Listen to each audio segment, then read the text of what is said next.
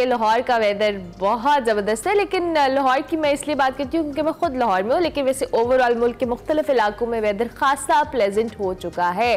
बारिश के बाद से कल से जो बारिश का सिलसिला था, बल्कि इनफैक्ट तीसरा रोज़ है आज बारिश का, और ये सिलसिला तीसरे रोज़ भी वक्फे से जारी है। और अभी सुबह भी बारिश हो रही थी, अब बारिश रुक गई है काफ़ी हद तक, लेकिन इससे जो सर्दी की आमद के आसार कह लें, असरात कह लें, कुछ भी कह लें, वो बहुत वाज़े होना शुरू हो गए हैं। हवा के अंदर जो खुनकी है, जो एक ठंडक है, उसका एहसास बहुत शिद्दत से हो रहा है। गर्मी की छुट्टी हो चुकी है, पंखों में भी अब सर्दी लग रही थी कल इनफैक्ट मुझे। और स्मॉग जो है, जो अभी स्टार्ट होना शुरू हुई थी, उसका अभी कुछ अरसे के लिए खात्मा हुआ है, क्योंकि आपको पता है बारिश के बाद स्मॉग काफ़ी हद तक कम हो जाती है। लाहौर, फैसलाबाद, जिन इलाकों की मैं बात कर रही हूँ, भक्कर, दीगर शहरों में बारिश का सिलसिला गुज़िश्ता रात से अभी तक जारी है, और अक्सर जगहों पे अभी भी इस वक्त बारिश हो रही है। इनफैक्ट खैबर पख्तूनख्वा की बात की जाए, गिलगित बल्तिस्तान की बात की जाए, आज़ाद कश्मीर की बात की जाए, तो वहाँ पे भी बारिश और पहाड़ों पर जो बर्फबारी है उसने जो सर्दियों की आमद है ना, उसको स्टैंप लगा दी है कि अब सर्दी आने वाली है। वैसे महकमा मौसमियात की कुछ अर्सा पहले की मैं एक वो भी पढ़ी थी फोरकास्ट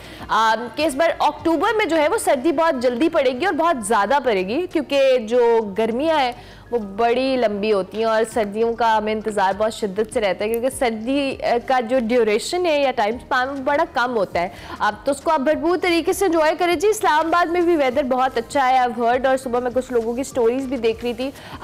तो ये अच्छा वेदर है, लेकिन उसके साथ साथ कुछ जगहों पर पानी भी खड़ा हुआ है, जिससे हम अपने ऑफिस के आसपास भी देखते हैं, क्योंकि कंस्ट्रक्शन हो रही है बहुत सारे इलाकों में, लाहौर में भी और कराची में भी इनफैक्ट, वहाँ पर भी पानी होता है। लेकिन अगर आप जा रहे हो तो अपने रूट को सेट करके जाए, और टाइम जो आपके पास होना चाहिए अपने ऑफिस या कहीं भी जाने के लिए 10-15 मिनट का मार्जिन होना चाहिए, क्योंकि ट्रैफिक जाम भी होता है इस बारिश की वजह से। 2 के आज सुबह रोड्स काफ़ी हद तक क्लियर थी, लेकिन पानी अभी भी रोड्स पे मौजूद है। सो एंजॉय दिस वेदर जी। अभी वीक का स्टार्ट है, हम ये भी नहीं कह सकते वीकेंड है आप एंजॉय करें, लेकिन ट्यूसडे है, अभी तो चढ़ाई शुरू हुई है जिस तरह से हम कहते हैं कि वीक की। तो ये अच्छा वेदर अल्लाह करे बरकरार रहे, और ये बारिशें जो है रहमत की बारिशें हों, अल्लाह ताला सबको हिफ्ज़ो ईमान में रखे, और अच्छी बारिश, अच्छा वेदर आप अच्छे तरीके से एंजॉय करें।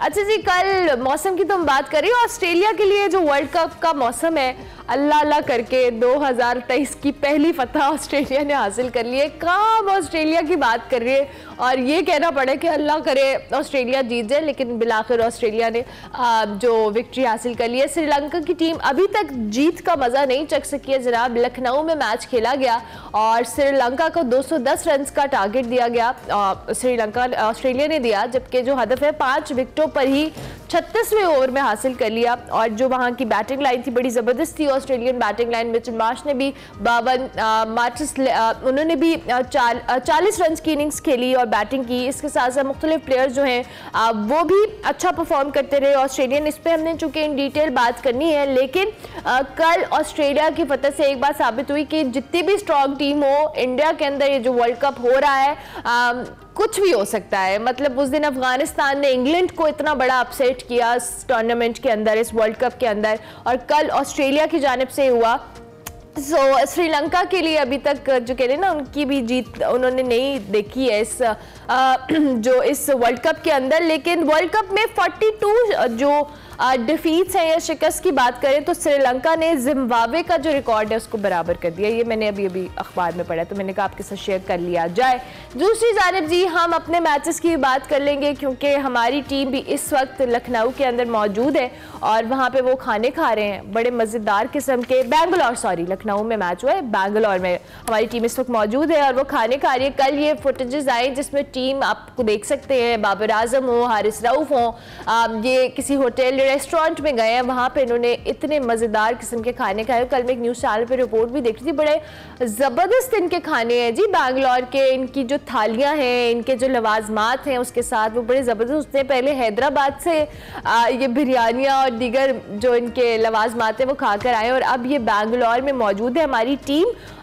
तो आई होप कि ये एंजॉय करें, लेकिन ज़्यादा खाने पीने के चक्कर में जो हमारे मैचेस हैं वो कहीं इग्नोर ना हो जाए, क्योंकि हैदराबाद में जब इन्होंने खाया था तो मैं वही बात कर रहे थे हम उस दिन में और इमरान कि कहीं ये साजिश तो नहीं हो रही हमें इतने ज़बरदस्त खाने खिला के हमें हमारे प्लेयर्स को सुस्त करने के लिए। फ़ोटो शूट भी हुआ है जी, प्लेयर्स ने वहाँ पे बैंगलोर के अंदर, वहाँ पे जो शेफ्स थे, वहाँ पे जो मैनेजमेंट थी, उनके साथ पिक्चर्स उतरवाई और उसके बाद उन्होंने एंजॉय किया। ये टीम के जो कुछ मनाजिर थे, इसके साथ साथ एक छोटी सी खबर जो रिजवान के हवाले से मैं ज़रूर जाते जाते बड़ी खबर पे शेयर करती जाऊँ। आपको याद होगा कि रिजवान ने नमाज पढ़ी थी ग्राउंड के अंदर, जिस पर भारतीय वकील ने आईसीसी को शिकायत कर दी थी और भारतीय वकील विनीत ने स्पोर्ट्स प्रेजेंटर ज़ैनब अब्बास के बाद अब जो पाकिस्तान के विकेट कीपर और बैटर हैं हमारे स्टार प्लेयर मोहम्मद रिजवान, उनकी तरफ अपनी तोपों का रुख किया है। और उन्होंने आईसीसी वर्ल्ड कप में पाकिस्तान और नीदरलैंड्स के दरमियान जो मैच हुआ उसमें जो रिजवान ने ग्राउंड के अंदर नमाज अदा की, उस पर आईसीसी को शिकायत की और दरख्वास्त लिखी है कि मोहम्मद रिजवान का स्टेडियम में नमाज पढ़ना जो खेल की रूह है और आईसीसी के ज़वाबित के मुनाफी है। वैसे तो इंडिया के मुंह से बात अच्छी नहीं लगती जो उन्होंने स्टेडियम के अंदर उस दिन किया है इनके स्पेक्टेटर्स ने, और वैसे भी मैं कमेंट्री भी सुन रही थी, दीगर चीज़ें भी सुन रही थी, तो जिस तरह का मॉरली एथिकली इन्होंने अपने एक महज़्ज़ब कौम होने का सबूत दिया है वो सबके सामने इनका पोल खुला है। उस दिन जिस तरह से ये स्टेडियम के अंदर